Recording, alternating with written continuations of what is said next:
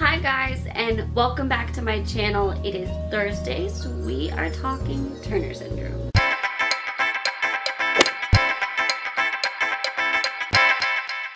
So before I jump into what I want to talk about for this week's video, I wanted to share some of the stories that you guys left in the comments on last week's Turner syndrome video. It was really fun for me to read more of your guys' stories, and as always, on any of my videos, if you have a story you want to share, if you want to share your Turner syndrome story, absolutely leave it in the comments below. I would love to read it. I love sharing stories with everybody. I love that community aspect to it, and I really want this to start being a conversation. So it's really fun for me getting to hear from you guys and getting to hear your stories. I thought I would share some of them. Faith Hope Love said, I also have very few symptoms. I'm short, 4'10", have Hashimoto's thyroiditis, infertility. Otherwise, I have been very healthy. I've heard her story quite a few times, and I love hearing more and more of her story. So thank you for sharing. You are still on the upper level of the average as far as height goes.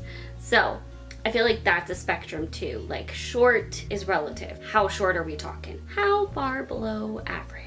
And the Hashimoto's will tie into what I want to talk about this week. So the next story was Lisa, and she said, with my being undiagnosed till early adulthood, I have very few symptoms as well. I'm 4'9", thyroid issues and hearing issues, infertility, but that's it. I agree, it's definitely a spectrum. No one case is ever the same. I feel the only one factor for all of us is infertility, and even that in a few has not been an issue. Very true. Thank you for sharing. Infertility gets told by doctors to patients as if it's a rule of thumb. It doesn't matter. There's not any use in trying. There's not any use in looking farther into your case. There's no point in putting money and time and resources towards it. But then after making that statement, you get told, we're going to give you a shot so that you don't spontaneously ovulate. Now, I don't want to be disrespectful. I don't want to be harsher than I should be, but those two things are a little bit of a mixed signal. They're telling you it's impossible, that it's not worth trying, but they're not going to count on that enough to not give you a shot to make sure it doesn't happen. And I totally understand the reasoning, because as a woman with Turner's, they never want to take the chance of me having a pregnancy with multiples, ever, in any circumstance. Do they even want that to be possible? Because it doubles that risk. It completely, like, tenfold does all of that just one pregnant or a single pregnancy would do in a pregnancy with twins or more. So they don't want that to happen, because that's a much higher health risk, and they just don't feel comfortable doing that. And I totally understand it. I want to be safe with that, and I completely respect that, and I do want doctors thinking that way. Just the emotional side of it is still kind of hard, because it's like, oh, but that's my chance. It's probably not, but you get the idea. So that's absolutely true. Infertility, short stature, none of this is rule of thumb or casebook, really, because just the same thinking, that is why they do that shot to make sure it doesn't spontaneously happen, is why the statistics are so grain of salt needed. It's a whole thing. Anyways, the next story was by Jovana. She says, my only symptoms are infertility and heart problems. I had a heart surgery. My height is above average too. When I started taking growth hormones, I was 141 centimeters, and in just 2 years, I reached 157. I'd say that's a pretty substantial growth for using growth hormones. I don't know what the normal help it gives height is, like how much you're expected to grow if you take it versus if you didn't. But anyways, thank you all for sharing. If anybody else that didn't get to share their story would like to, please leave it in the comments below. I would love to read it. So for this week's topic, I want to stay on kind of the same symptoms idea, but I want to talk about the coexisting symptoms that can happen when you have Turner's, but you also have a medical history of certain stuff. So outside of Turner syndrome, you have your family medical history. You have what your family history tells you are predispositioned for, you are predestined for, I don't even know, that you have a higher risk of just from your genes passed down through your blood family.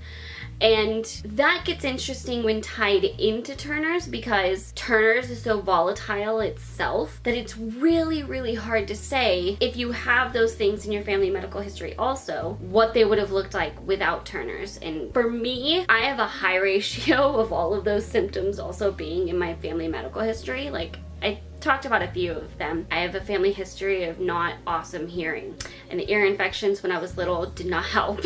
And Turner's makes that harder also anyways. So there's that. I have a family medical history of osteoporosis and just bad bone health and arthritis and everything, and same thing with Turner syndrome. I have a higher risk of that. So it's like I get a double dose of all of those things that I also have in my family medical history. So for things like being short, that's super relative and that's super unpredictable, that you can't really say for certain how much shorter you are than you would have been if you had not had Turner syndrome. I can guess.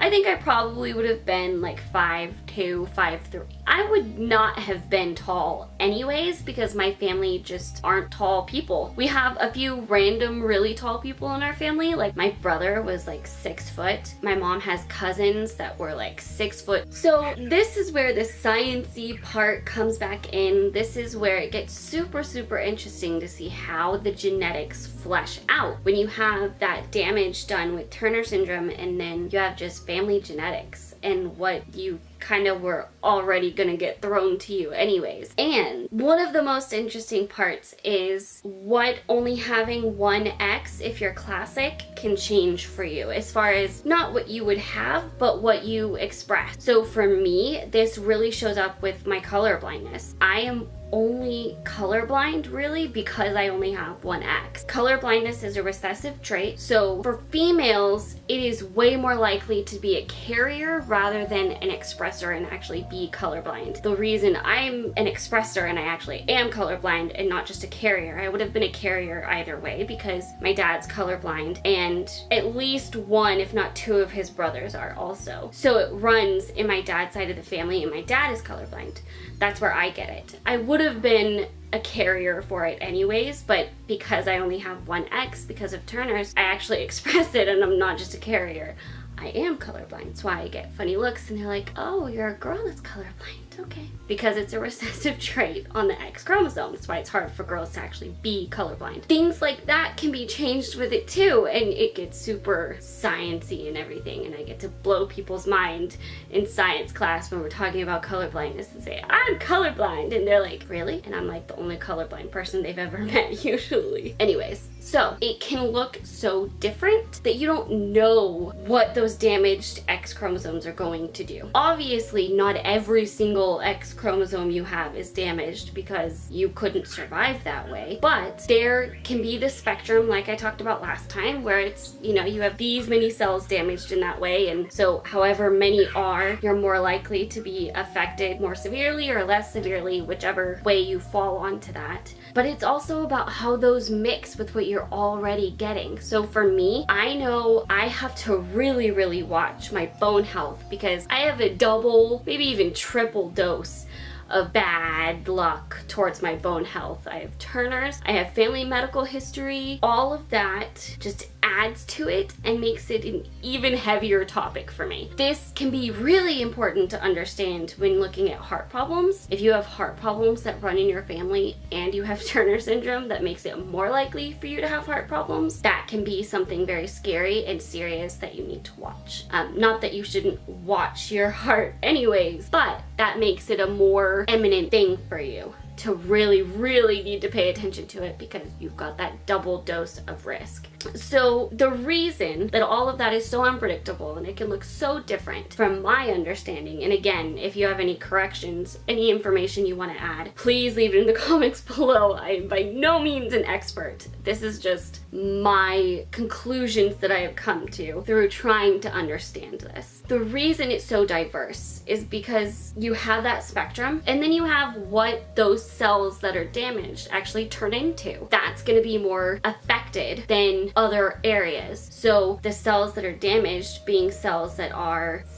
help you with fertility, you're going to be severely affected in the infertility section. Or height that help you grow, or heart. The areas that those cells are attributed to are going to be the ones that get affected by it. And that's another reason it's so unpredictable, because there's no way for them to know how that's gonna go and what's gonna happen. And that's just the beauty and the uniqueness that is Turner syndrome. And I know I laugh at, for myself, the little obstacles it throws at me. Being short, I've had to learn to take the jokes. I've had to learn to not freak myself out with Google. I've had to learn to not freak myself out every time I go get a screening. Because if I freaked out every time I went and got a screening, I'd have even more anxiety than I already do. Like, oh my gosh, I would be non-functional like all the time, because Turner's requires very frequent screenings. And I can do that, but at the same time, I never want to take away from me taking it seriously that I need to check on these things.